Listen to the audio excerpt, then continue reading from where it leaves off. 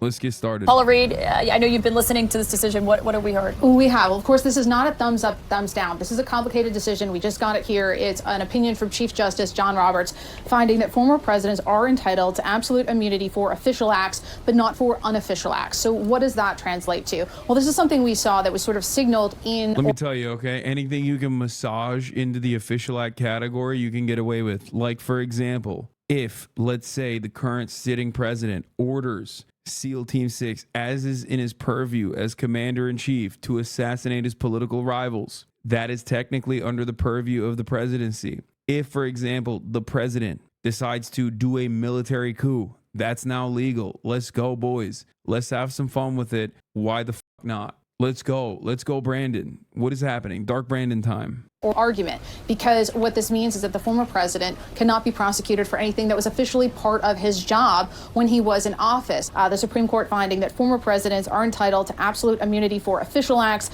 but not for unofficial acts. This opinion, very, very long. It's going to take us a while to get through everything. Right now, I'm looking at an excerpt from the Roberts written decision. He says, quote, Trump asserts a far broader immunity than the limited one we have recognized. Send habit to Gitmo. That's what I'm talking about, dude. Get freaky with it. Literally go into the Department of Education and wipe out all the records. Who's going to stop you? You're the president. It's an official presidential purview. Do it. Do the damn thing. SCOTUS said Iran-Contra was unprosecutable. Nixon, literally, Nixon. Everything Nixon did, vindicated, okay? Wasn't wrong. Trump's communications with the American people, calling them to rally to the Capitol on January 6th, and everything that happened after that, the disruption of the counting of the electoral votes, the sham electors scheme, all of that, whether or not that's an official act. I mean, I'm just saying, why wouldn't it be an official act? He did it with the Department of Justice. Half the shit he did, you know, was the president talking to a governor. Literally everything Donald Trump has done in office, things that he was impeached for, like a pay-for-play scheme, holding up congressional funding, congressionally approved funding to Ukraine, with threats that if you don't find me blackmail on my political rival, technically that is not illegal. You're the president. You're talking to a foreign official. That's like well within your purview. This is entirely presidential, which is so crazy because like as the president, you can still do illegal shit as the president. What the fuck are we talking about? Like that's Nixon. Nixon did that, right? Donald Trump did that too, which is crazy. And I said this before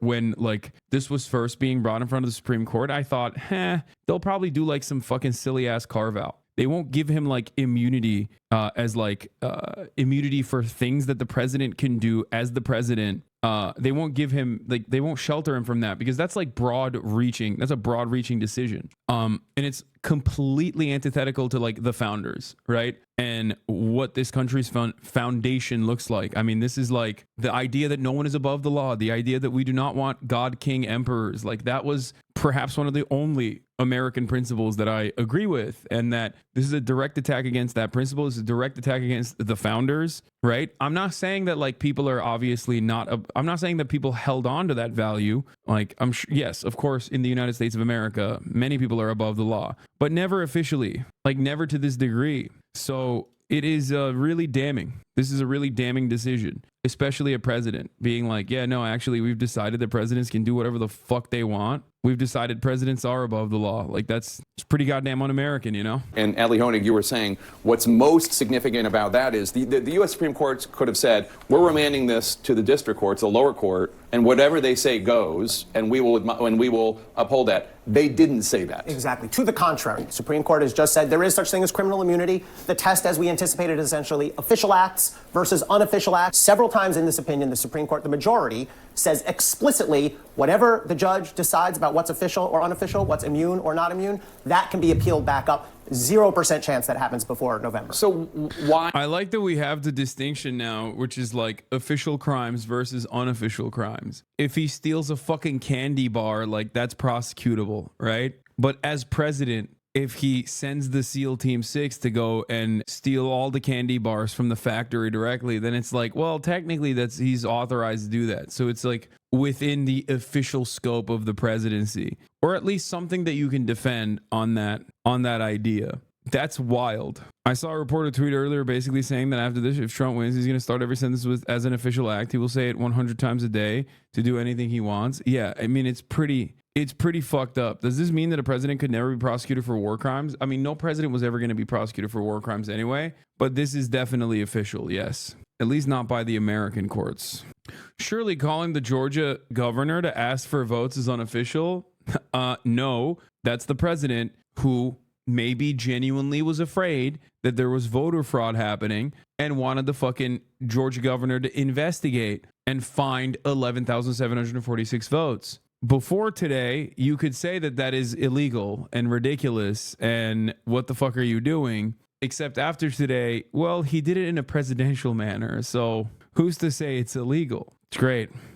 Do that. I mean, if they are saying, hey, we're the U.S. Supreme Court and we're going to have the final say on this no matter what, why not just make it clear? Everything's delineated in the indictment. Why not just make it clear? And if Judge Chutkan decides... No, the official act isn't legal. He can't be prosecuted is all. Yes. No, yeah, he can do illegal shit. X, Y, or Z, we will agree with that. Why not just be explicit? Because the Supreme Court, they're in a court of appeals, they want to see a record, right? And I think, you know, with Judge Chutkan just kind of... Bro, this guy looks like the shittier version of the general that they have all the time. What was it, McMaster or whatever? You guys can't find another type of guy? What's happening? He looks exactly like that fucking general dude. General Thumb Man. Dismissing out of hand. That's so irrelevant to the... all conduct whatsoever. The president has no immunity for all criminal conduct, for any criminal conduct. They've gone back and said, no, you need to go look at this. And then come back to us based upon what we've said in this opinion. And the other thing is, well, it's the right and rules governing when and how to appeal aren't set in stone or aren't entirely clear. And I think they felt some need to delineate that this is an appealable order. They aren't always. And sometimes some things you have to wait to appeal until the end of a trial. They're giving whoever it is, and probably Trump, the opportunity to appeal during trial. Well, let me ask you, do you think that if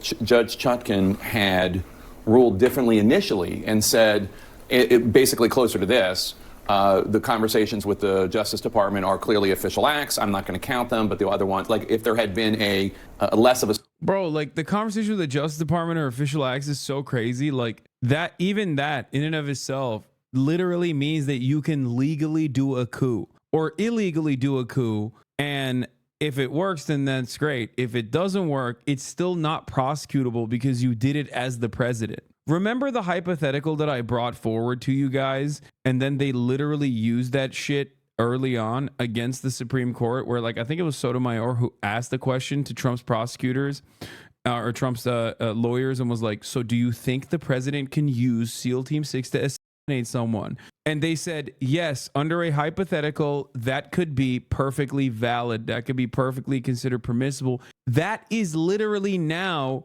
after the Supreme Court decision, like, and I'm just going off of like what I read from what Sotomayor was saying, but that kind of feels like that's what's allowed now. That is like allowed. It's valid.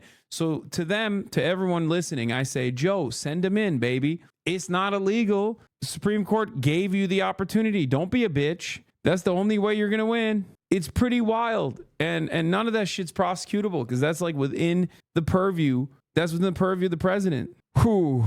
It's pretty crazy. It's pretty wild shit, dude. This is like, I feel like this is a constitutional crisis, but I guess at this point, we're so used to it. We just don't even think about it. We're just like, whatever, you know? Yeah, Watergate is chill, dude. I don't know what you guys are fucking chirping about. It just said there's no such thing as automatic immunity for everything a president does his whole 4 years. When I was reading that, I said, okay. And the Supreme Court said, hold up, that's not true, actually. We've decided that you're wrong. That's crazy, man. That's a...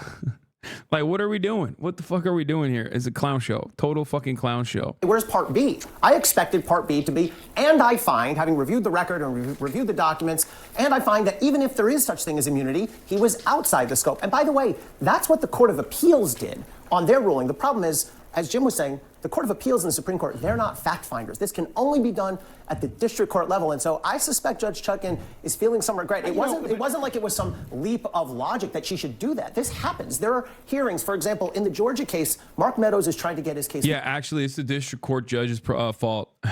Yeah, totally. Bro, that's crazy. Okay. Like, I'm sure if she crossed her T's and dotted her I's, the SCOTUS would have fucking reacted in the same way that they're going to react to this, because they are not a serious legal body. They are not actually applying some kind of interpretation that is differing from one another. Okay, they're just literally managing the influence that they have alongside the interest that they have. Okay, that's why when you're a Republican, you fucking react like a Republican would. If you're a Democrat, you react like a Democrat would. There's some differences. You know, you have like a little bit of a centrism, at least for those institution lovers in the Supreme Court. You know, John Roberts being one of them now. But ultimately, yeah, this was the expected. Well, not to this degree, but like some kind of mechanism to defend Donald Trump, to ensure that Donald Trump's court case is not held before he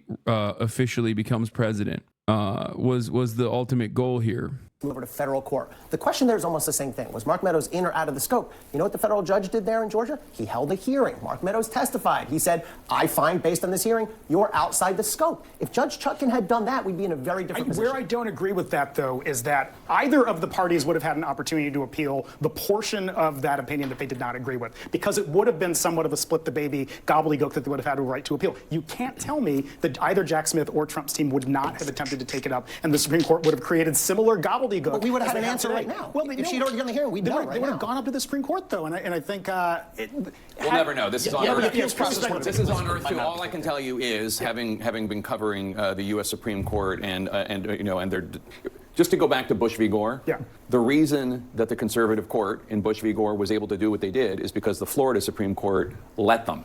The Florida Supreme Court made so many bad decisions and bad rulings, it was easy for the U.S. Supreme Court to come in and say, no, stop the count. Yeah, what's interesting here, and there's a great line, I'm skimming it very quickly, in Justice Sotomayor's dissent, where she says, you know, the majority pays lip service to this idea that the president is not above the law, and then in effect says that for certain official acts, the president is in fact above the law. It's how do you sort out what this actually means? Let's do that right now, because in the oral arguments there were certain examples that were given. Let's explore a couple of those and what today's decision means. The first one was raised by Justice Sonia Sotomayor back in, was this April? What about getting SEAL Team 6 to assassinate a political rival? Let's roll that tape. If the president decides that his rival is a corrupt person and he orders the military or orders someone to assassinate him, is that within his official acts that for which he can get immunity? It would depend on the hypothetical, but we can see that could well be an official act. That was a stunning moment in April. Did the court just say, yeah, you can assassinate a political rival? No, I don't think they did. That's a ridiculous answer by Donald Trump's team, a dangerous and reckless answer. One really important thing. Why? No, that is what the Supreme Court said, though. What do you mean? Oh, that's a ridiculous and dangerous answer. No, that is literally what the Supreme Court decided. Like, that is what it is. You can consider that to be fucking reckless or dangerous, but that is ultimately the case. I feel like, you know how I've talked a lot about Americans in the Western world coping with like how much better they are than like Eastern traditions and stuff. Like, we orientalize bribery. We're like, oh, Pakistan, India, there's so much bribery there. And then we codify it, right? We codify bribery. We make it legal within the boundaries of federal regulation. Federal regulation, right? What do? We call it lobbying. Corporate lobbying is legal. It's somehow different than bribery. And I feel like this is a very Russia moment. You know, we talk about like, oh, Vladimir Putin assassinates his political rivals. Like, it's really fucked up. And it's like, here we have the American Supreme Court literally saying like, no, it's fine. Like, it's illegal, but it's within, it's an official, as long as it's an official act, it's not prosecutable. So how is that any different then? How is that any different? How is that any fucking different? Like, we're over here chirping about Russia all day, every day, but we're like, yeah, no, it's actually illegal now, so it's different. We're doing it through legal channels.